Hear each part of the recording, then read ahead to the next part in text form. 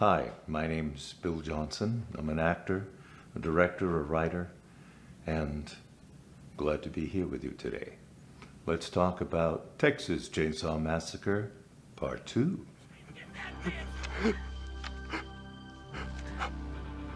I was living in Austin as an actor, mid-30s, thinking about the Hill, and working in local theater, commercials, live theater, and had a audition call for Tobe Hooper's Texas Chainsaw Massacre Part 2, and I had not seen Part 1. They were looking for someone that looked similar in profile to Baby Huey. Now, I don't know if you remember who Baby Huey was, but he was in a comic book, and he was like a 6'6" duck with a giant diaper, and he looked like a bowling pin. And that's the way Gunner looked, so they were looking for someone to match his physique, and we matched up close enough. Maybe the new music's How do I get involved? Well, the agency called me. Austin Actors Clearinghouse came later, but I believe at that time it was the Deborah Duckett agency. So, called me up, sent me over. I watched the film, the first Texas Chainsaw Massacre, the night before. I knew why I hadn't seen it before. It's so frightening. It's very frightening, psychologically disturbing. So I felt appropriately, I suppose lubed would be the right word, to go into the audition. I went into the room and they said, you're going to play the role of Leatherface, and it's no dialogue, no language, but there is dialogue, but it's unspoken.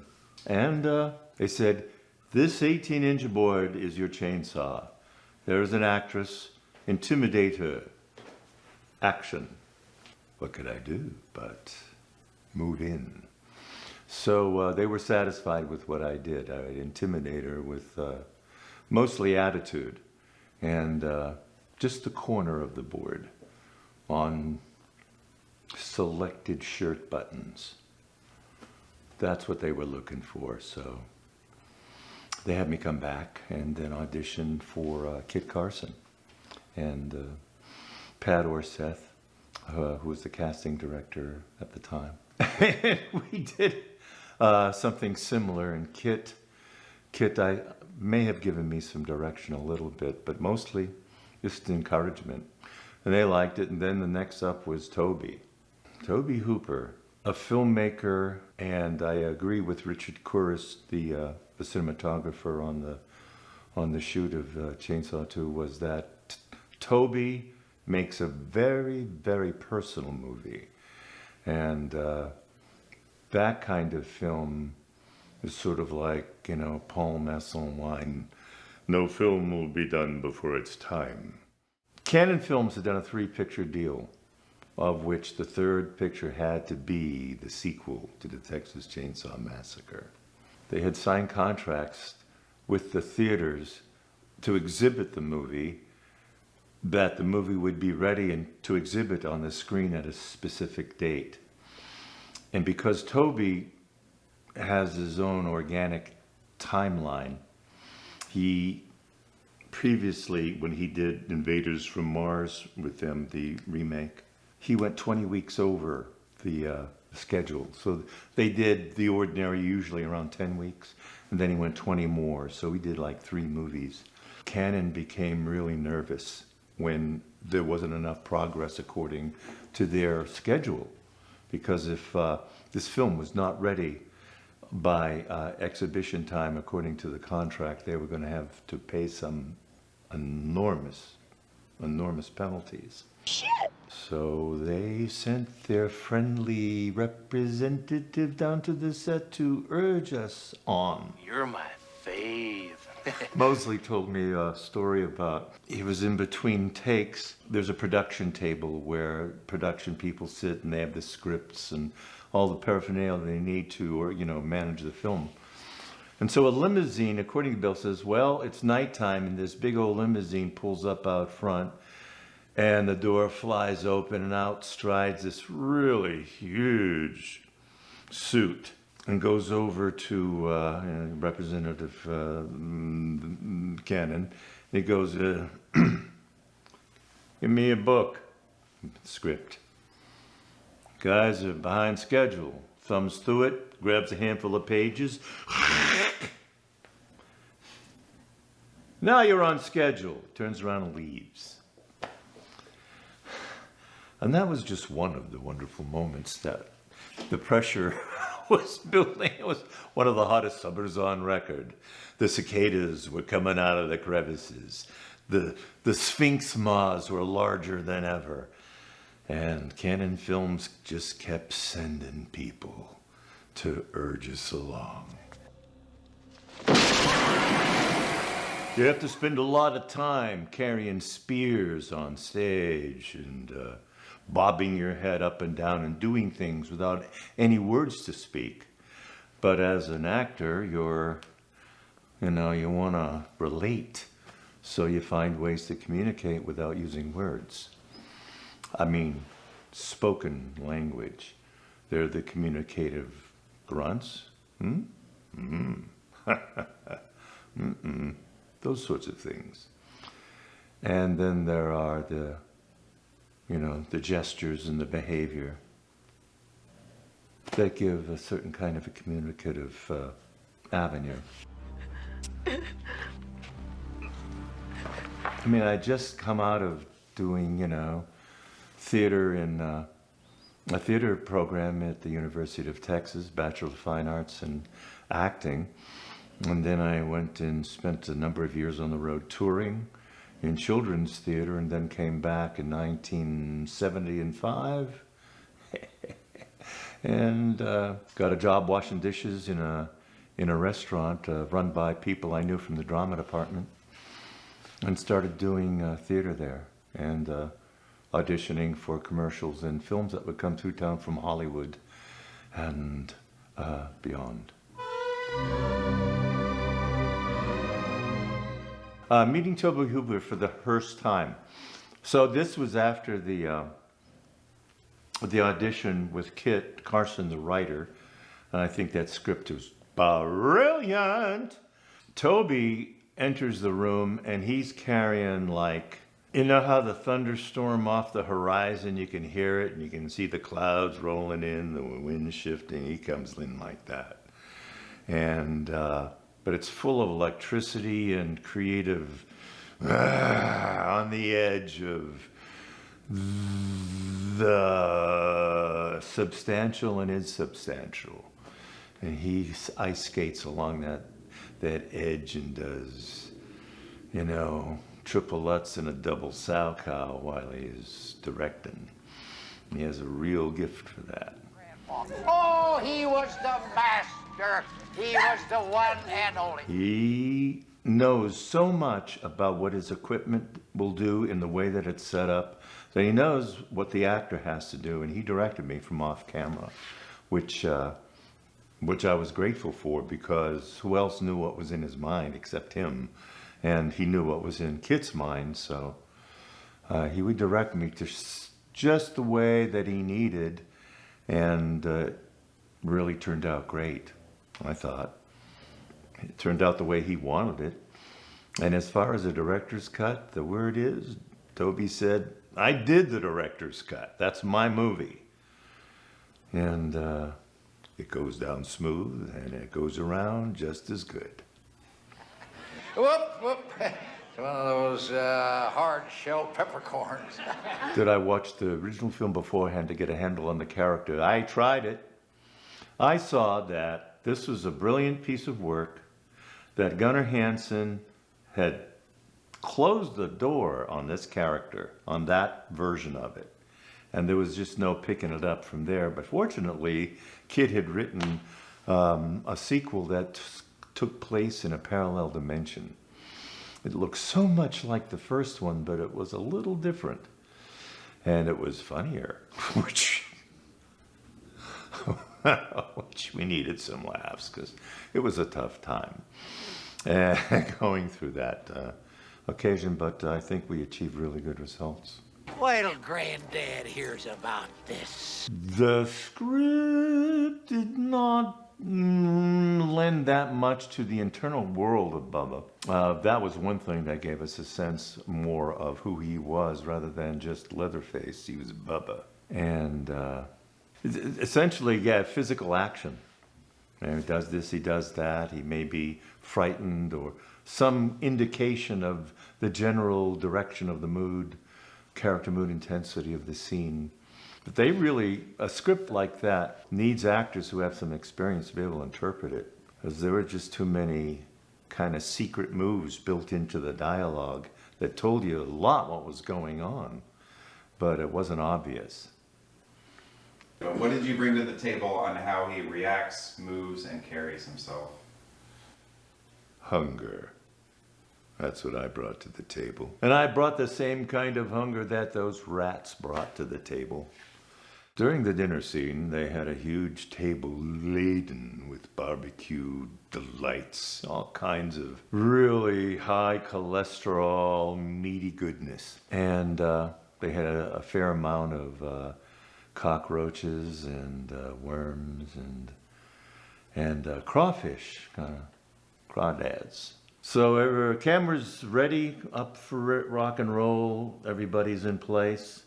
Director says, "Okay, roll camera. Rolling, sound, speed." And set the rats on the table.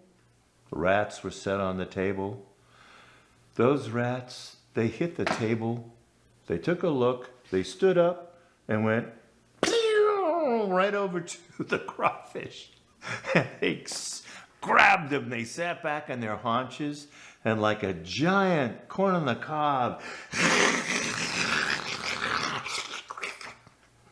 And all of them kept doing that till all the crawdads were gone. They seemed to know exactly what that was. They had no problem with getting down. And it's sort of like Bertolt Brecht reminds us in Three Penny Opera. Food is the first thing, morals follow on. Afraid so. Probably won't be able to use that because copyright on the Three Penny Opera. But it's such a short piece, and we do use it in a transformative way. If I was editing, I would roll the dice on that.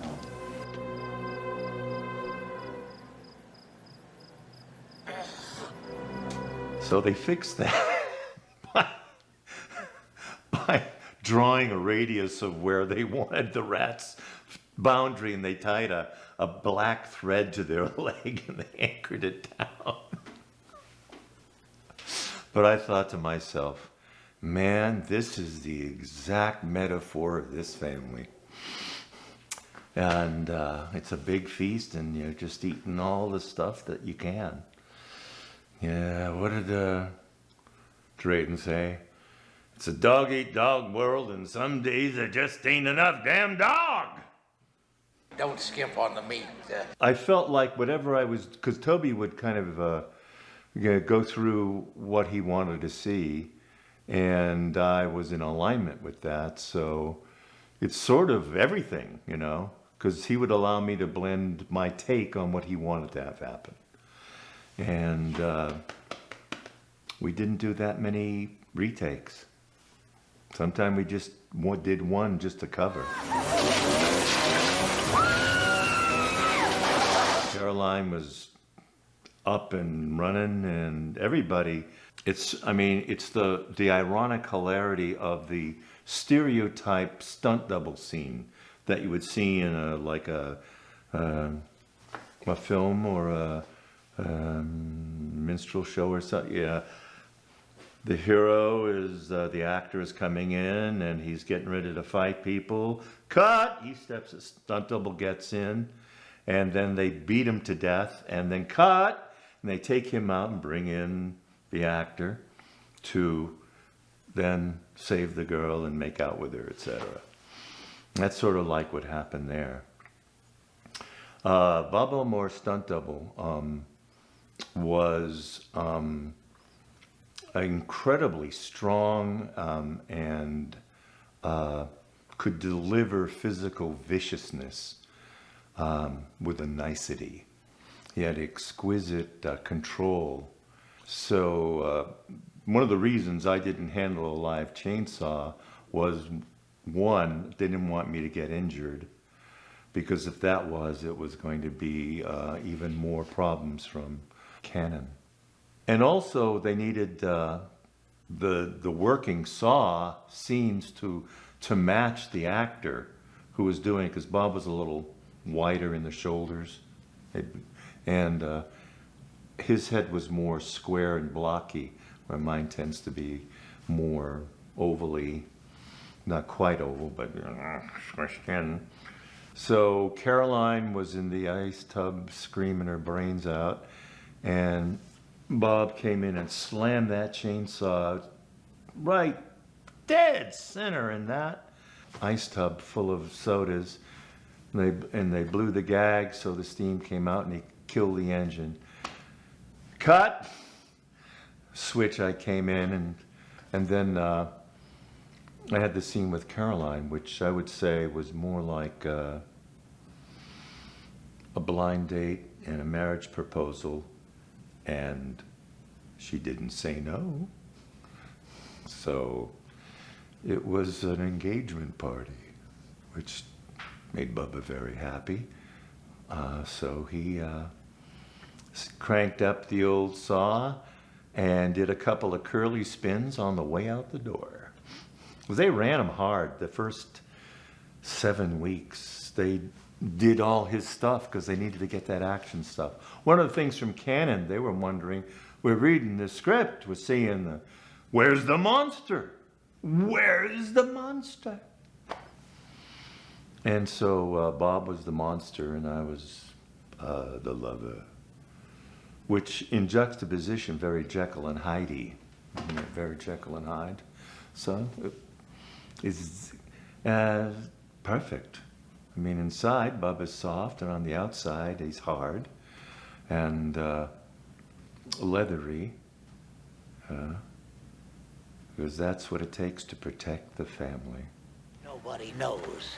But the saw is family. Bob was a stunt double and wasn't assigned a character, didn't get credit for the role. The namesake, that's mine. But he did do the dangerous stuff like Beth did for Caroline and Dan Berenger did for Bill Moseley. And Tom Morga did for Lou Perryman. And then there was, I've forgotten the name of, I never really met him except on set when he was standing in for Dennis. Very nice, talented stunt double for Dennis. So I've rambled myself into a corner. Not for nothing is a star. There's something about him that's different, and that's definitely, Dennis brought a lot of positive differences. He had a tremendous concentration. He had a very kind of special, personal kind of aesthetic. It was incredibly absorbing and interesting. He was easy to work with. He liked to goof off and have fun. He liked to, come in ready to rock. And speaking of ready to rock, here's something. We had just gotten through, was Sun's coming up, so we wrapped. Dennis Hopper, me, Bill Moseley, makeup chairs, waiting for the people to come and pull us out of makeup. Well, we're all high from the energy doing the scene work all night. And Bill is on a tear making jokes. We're both trying to have fun with Dennis. So Bill starts riffing on this other character he played in another film called Quilt Face. And then he got on fire, and then he became Charcoal Face. And he kept going to making lots of jokes. And Dennis was really laughing hard. Both of us were. So I thought I would blindside Dennis about his own work. So I had asked him earlier about why did you do, what prompted you to make Easy Rider. He said, I just want to make a movie. Okay. he had written it with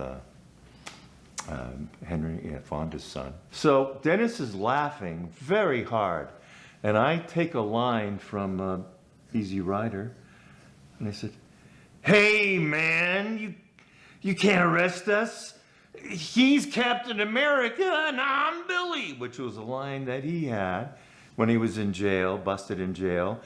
And he finished the line, "We've been touring up and down the East Coast and for top dollar too." And Mosley just burst out hysterically laughing because he was just as amazed as I was. I mean, that movie's over 30 years old. And he wasn't ready, but apparently he was ready enough.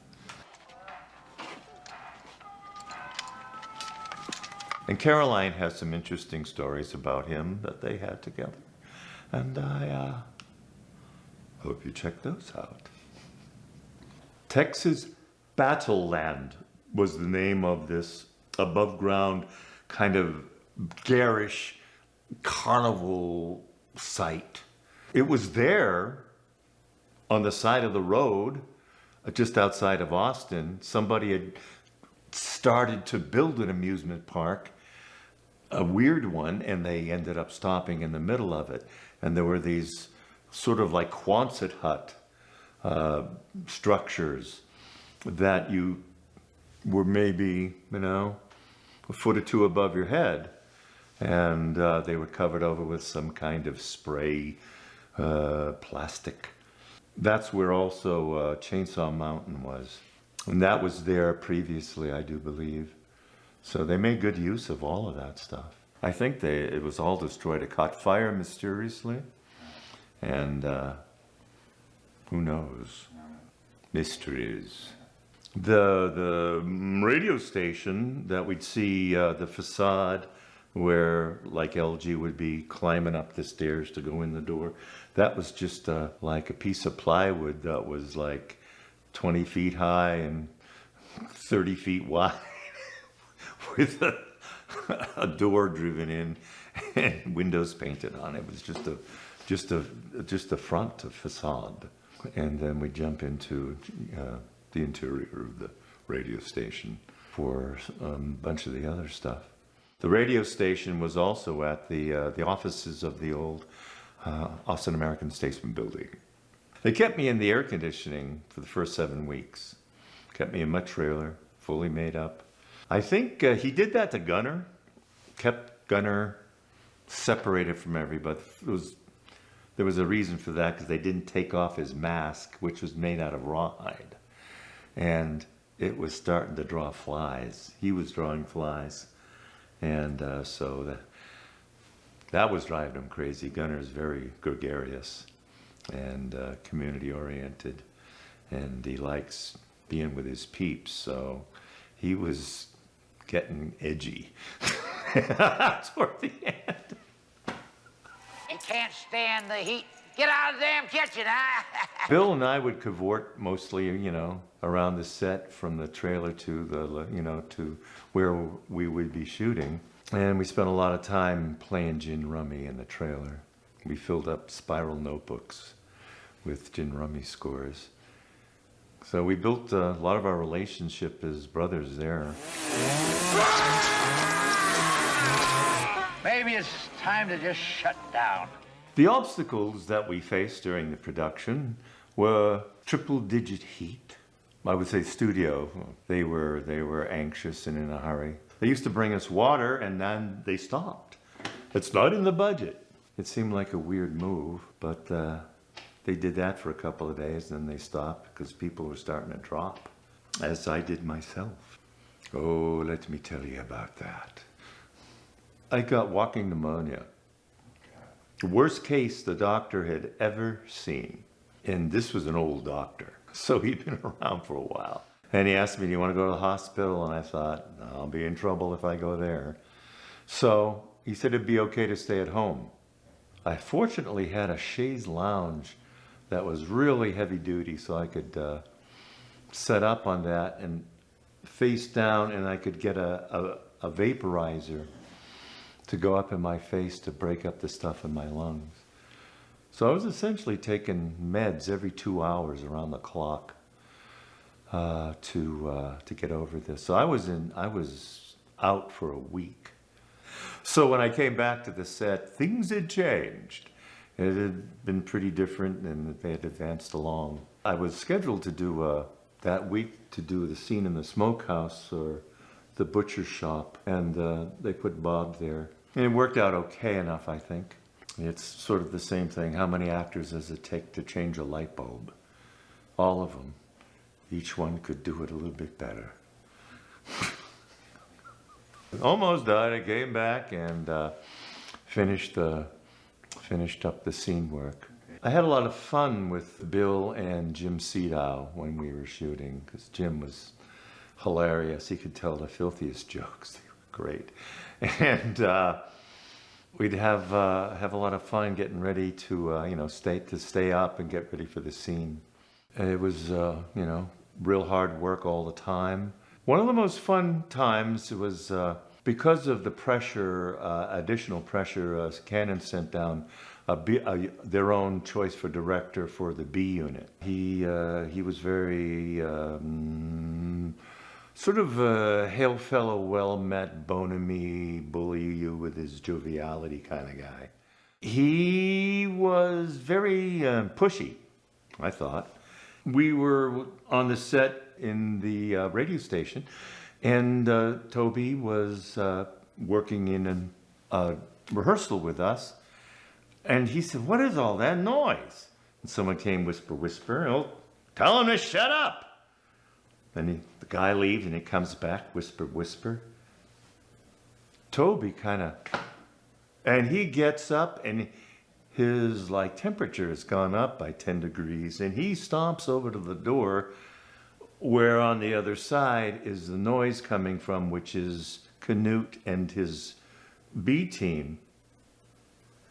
And Toby laid into them with some fine sailor curses and epithets and horrible futures to behold if they don't fall in line. And it shut down, and Toby ended up with, "We're the A-team here, damn it!" We had to do the ritual over. It was great. He would come in with his briefcase, and he would open it up, and he would get out a cigar, and he'd, "All right, let's have a rehearsal." And then the elves would come in. He'd have a ice cold Dr. Pepper brought in, slammed in, gently put into his caddy. So he had his cigar, he had his Dr. Pepper. He said, "Let's see a rehearsal." And we rehearsed. And he said, "Okay, let's put it on camera." And we would rock and roll through that. He was like the guy on the motorcycle who's going up the side of a hill, and he was not going to see. And makes it. He was something else. How good are you? Well, I certainly enjoyed doing that scene with Caroline a lot. That was sick and crazy. And still considered probably a little edgy today even. And which is saying something. I like watching Dennis work. And I liked watching him with Caroline because when you're playing with someone who plays at a high level, it brings your level up. And Caroline she was just hurting for that kind of commitment and high level of putting everything into it with a certain amount of style, which she had a lot of. Boys, boys, boys. This ain't Frank from Blue Velvet, that's for sure. Well, he had just come out of rehab. He was about as tuned up as he was ever going to be, I guess. And he came in bright-eyed and bushy-tailed and attacked this. As a tortured soul is like one of his best gigs. Like East of Eden. He was just him and Salminia, just so vulnerable. And then the sort of berserker energy to protect that vulnerability. Pretty fascinating. Oh, I had no idea that Texas Chainsaw Massacre Part 2 would be as popular as it is today and growing in popularity. Why, the base just seems to be expanding exponentially, but by leaps and bounds. It talks to people, it talks to the unconsciousness of the audience. A lot of horror movies aren't written in a theatrical format. This one definitely had all the main points that you'd want to see in a good theatrical scenario. The Aristotelian unities were all there. Small businessman that always gets it in the ass. I want to herald and salute Ken Everett, Grandpa. Ken Everett was a tunnel rat in Vietnam. So he's fairly PTSD'd. We believe the throat and head cancer that he developed was from that era, Agent Orange, etc. Perhaps burn pits as well. Remember My Lai with the My Lai incident.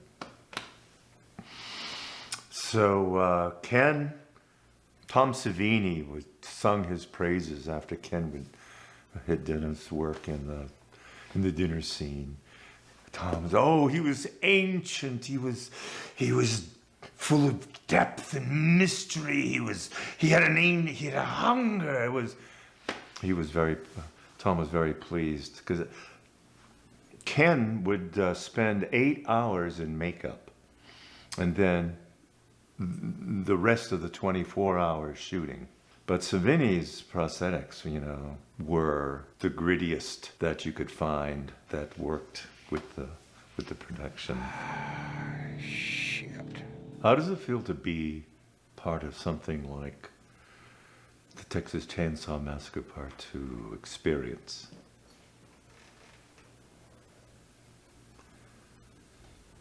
I am grateful.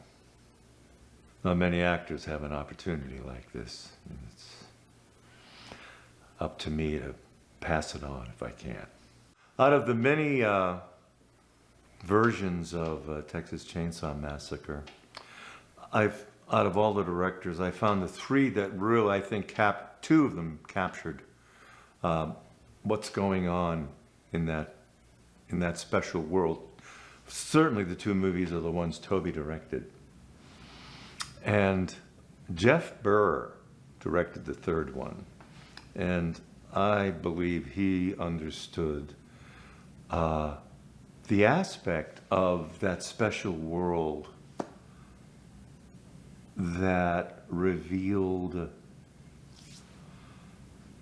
the depth of humanity that was at the center of the whole thing and the struggle that was taking place. If you see his film Straight into Darkness, that's a good movie. It's a good movie. Which there is a mask. There is a mask and it falls off. So it's kind of like a happy, not happy ending, but a sort of an aspect of the Chainsaw special world that's revealed in the sense of removing the facade, protecting the inner person. If you're raised from birth as a prostitute, you'll never know the difference until you get to the point where, what the hell am I doing here? Slap me fire. So, what do you do with a drunken sailor early in the morning? Gotta keep going, gotta keep moving. The theatrical model, what's that about? Survival?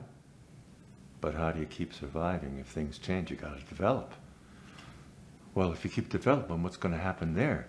Transformation of identity. When you point to the wolves and the foxes before they became domesticated, the humans started to notice the ones whose identities were shifting to be more friendly toward humans. They separated them and then did their genetic magic. And then the animals started to change the way they looked. Change color, shape. Man, look at us. We used to be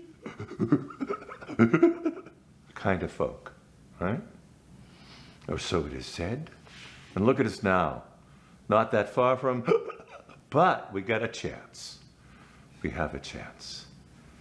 And theater is a way for a group to examine, self-examine, see where the hell we went wrong, and hopefully go right this time. Did you know that the faces of Khufu Pyramid has acoustic design in the shape of the field of a shotgun microphone? Yes. And no shit. So it gathers the sound at the base and shoots it right up the center crease, up to the apex on all four sides. And then when they meet, calamity at the molecular level.